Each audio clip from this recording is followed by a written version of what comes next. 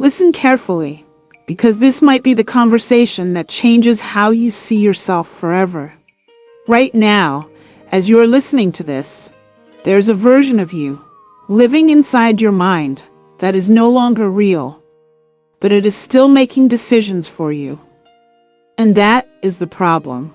You are not stuck because you lack potential. You are stuck because you are loyal to a version of yourself that has already expired. Think about that. Most people don't struggle because life is unclear. They struggle because they are trying to live a new life with an old identity. And those two things can never align. So today, we are doing something most people avoid their entire lives. We are auditing your identity, not your habits, not your goals, not your productivity. Your identity. Because everything in your life flows from that. Let's start here. There is something I want you to notice about your life. Pay attention to the areas where you feel friction, where things feel forced, where you keep saying, "Why am I like this? Why can't I just move forward?" That friction is not random. It is a signal. It is the tension between who you were and who you are becoming. And instead of listening to that signal, most people do something dangerous. They try to fix the symptoms instead of questioning the identity. So they add new habits, watch more content, set new goals, but nothing changes. Why? Because the person executing those habits is still the old version. Let's talk about what I call the phantom version of you. This is the identity you are still carrying, even though your life has already outgrown it. It might be the version of you tied to an old career, the version of you shaped by past rejection, the version of you that played small to fit in, the version of you that survived, but never evolved. And here's the truth most people don't want to hear. You are not stuck because you don't know what to do. You are stuck because you are still being someone you no longer need to be. Let that sit for a moment.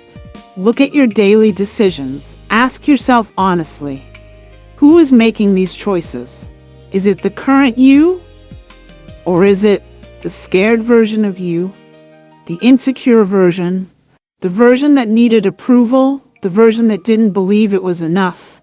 Because if that version is still in control, then no matter how much you grow externally, internally, you remain the same. This is where the identity audit begins, and it starts with awareness. You need to identify the ghosts sitting at the table of your life. Yes, ghosts, because that is exactly what they are. They are not real anymore, but they still influence you. Let me give you an example. Imagine someone who used to struggle financially. They built habits of fear, overthinking every decision, avoiding risk, playing small. Now their situation changes. They have opportunities, resources, access, but they still think like someone who is broke. They still hesitate. They still doubt. They still shrink. Why? Because their identity never updated. Or think about someone who was once rejected. They learned to stay quiet, avoid attention, protect themselves. Now they want to lead, to speak, to show up boldly. But every time they try, something pulls them back. That pull? That is the old identity resisting death. And here's the part you need to understand deeply. Letting go of who you used to be will feel uncomfortable. Not because it's wrong, but because it's unfamiliar. Your brain is wired for familiarity, not growth. So even if the old identity is limiting, it feels safe. And the new identity, even if it is powerful, feels dangerous. This is why most people never change. Not because they can't, but because they refuse to release who they were. They keep trying to upgrade their life without uninstalling their past. So now we go deeper. You need to assess the friction. Where in your life do you feel resistance? Career, relationships, self-expression, discipline. Now ask, is this real struggle?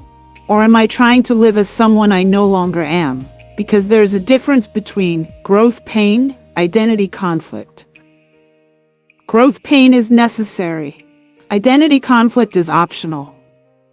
Let's talk about identity deconstruction. This is the part where most people quit because it requires honesty.